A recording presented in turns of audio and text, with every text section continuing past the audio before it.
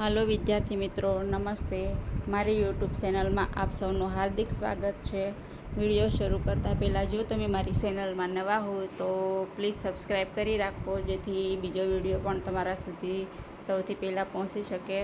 તો ચાલો જોઈએ કે શું થયું આજની ટેટ 1ની હિયરિંગમાં. તો આપણે પહેલાં વકીલની રજૂઆત જોઈશું, કોર્ટ મેટર આખી કોર્ટમાં જે રીતે ચાલી તે આખો વિડીયો જોઈશું, અને ત્યારબાદ હું તમને સમજાવતી જઈશ કે વકીલને કોર્ટની વચ્ચે શું વાતચીત થઈ રહી છે, અને ગુજરાતીમાં સમજાવીશ, અને લાસ્ટમાં આખો ગુજરાતી અનુવાદ કરી અને બતાવી દઈશ. તો પહેલાં આપણે જોઈએ કે બંનેની વાતચીત શું થયેલી છે તે. Along with items 10 and 13, total 5 matters. Well, the state has extreme urgency here. These pertain to the teachers' eligibility test. Okay. Almost 11,000 vacancies for teachers in primary sections are to be filled up. My only request is a given time when Honorable Court can take up the matter. I should take no more than 10 minutes to assist your lordships. 126, 127. My lords, 126, 127, 128 along with serial numbers 10 and 13 in top of the board, my lords. So total of 5 matters, lordships.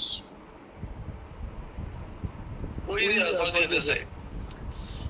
આમાં આ જે છે તે સરકારી વકીલ છે, અને વકીલ એવું કહેવા માંગે છે કે આ 5 મેટર છે, એટલે કે 5 કેસ થયેલા છે ટેટ 1ના જે 11,000 ભરતી માટે. તો પ્લીઝ થોડો ટાઈમ આપો અમને, જેથી કોર્ટ મેટરમાં અમે વાતચીત કરી શકીએ.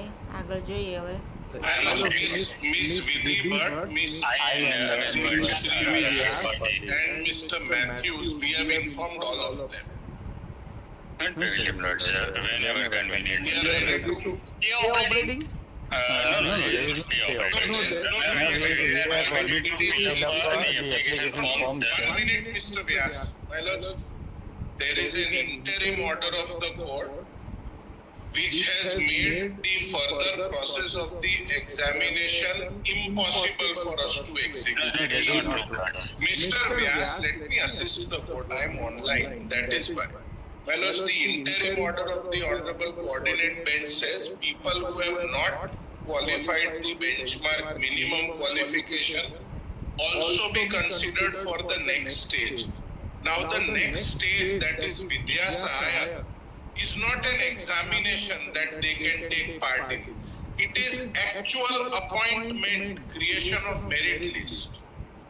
So it is impossible for me to execute it tomorrow and they have not joined the successful candidates. So if I execute the interim direction of the court, then I am allowing failed. આમાં વકીલ એવું કહેવા માંગે છે કે અગાઉ જે જજ સાહેબે કીધું હતું કે જે કોર્ટ કેસ કરેલો છે તેમને નેક્સ્ટ સ્ટેપમાં જવા માટેનો એક ચાન્સ આપો. તો વકીલ એવું કહે છે કે આમાં નેક્સ્ટ સ્ટેપ નથી આવતું. આ વિદ્યા સહાયકની ભરતી છે, આમાં એક જ એક્ઝામ આવે છે, બીજી એક્ઝામ નથી આવતી. તો આમાં પાસ થવું જરૂરી છે. આમાં મેરિટ તો પછીની વાત છે, પહેલાં ફેલ થયેલા લોકો છે એને પાસ થવું તો જરૂરી જ છે. Candidates to become Vidya Sahayaks. Therefore, I am requesting, we are ready to finally argue the matter. Should not take me more than 10 to 15 minutes. The law is very clear. Please give her, my only prayer is please give a specific time when I can assist your lordships. Let's see at 4 o'clock, we'll see. I am immensely obliged. તો વકીલે online જ જોયું તમે કે online હાજર થયા છે, કોર્ટમાં નથી હાજર થઈ શક્યા સરકારી વકીલ. તો એમણે કીધું કે પ્લીઝ આમાં અમને થોડીક પેસ એટલે કે થોડોક સમય આપો, જેથી અમે વ્યવસ્થિત રજૂઆત કરી શકીએ. તો જજ સાહેબે એમની વાતને માન્ય રાખી અને 4 વાગ્યાનો સમય આપ્યો છે. 4 વાગ્યે આપણે ફરી મળીએ. તો હમણાં 4 વાગ્યે ફરી વાર મળવાના છે. તો પછી વકીલે થેન્ક યુ કીધું છે. Subject to my other occupation for the timing we'll see on 4 o'clock. Immensely obliged. Immensely obliged.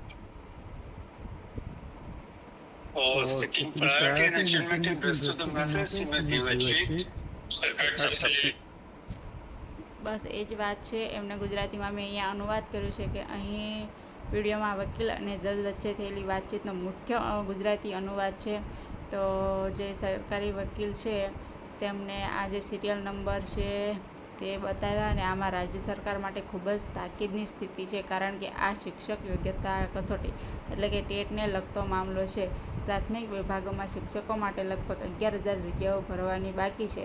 મારી માત્ર એટલી જ વિનંતી છે કે નામદાર કોર્ટ આ બાબતને ધ્યાનમાં લેવા માટે કોઈ ચોક્કસ સમય ફાળવે. એટલે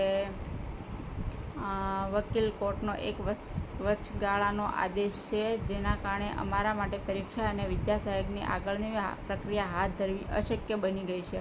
એટલે કે વકીલ એવું કહે છે કે આમાં અમારે વિદ્યા સહાયકની પ્રક્રિયા આગળ તો વધારવી છે, પણ કેવી રીતે વધારી શકે એ અશક્ય છે એમ. તો માન્ય જસ્ટિસે એમ કીધું, એટલે સમય ફટાફટ આપો અમને તો અમે આ પ્રક્રિયા આગળ વધારી શકીએ. તો પછી જજ સાહેબે કીધું કે આપણે સાંજે 4 વાગે કેસ રાખીશું ત્યારે જોઈશું. એટલે હમણાં સાંજે 4 વાગે ફરી હિયરિંગ છે, તો એમાં શું ચુકાદો આવે છે અને શું વાતચીત થાય છે ને હવે મેટર થોડીક આગળ ચાલશે 4 વાગે એવું લાગી રહ્યું છે.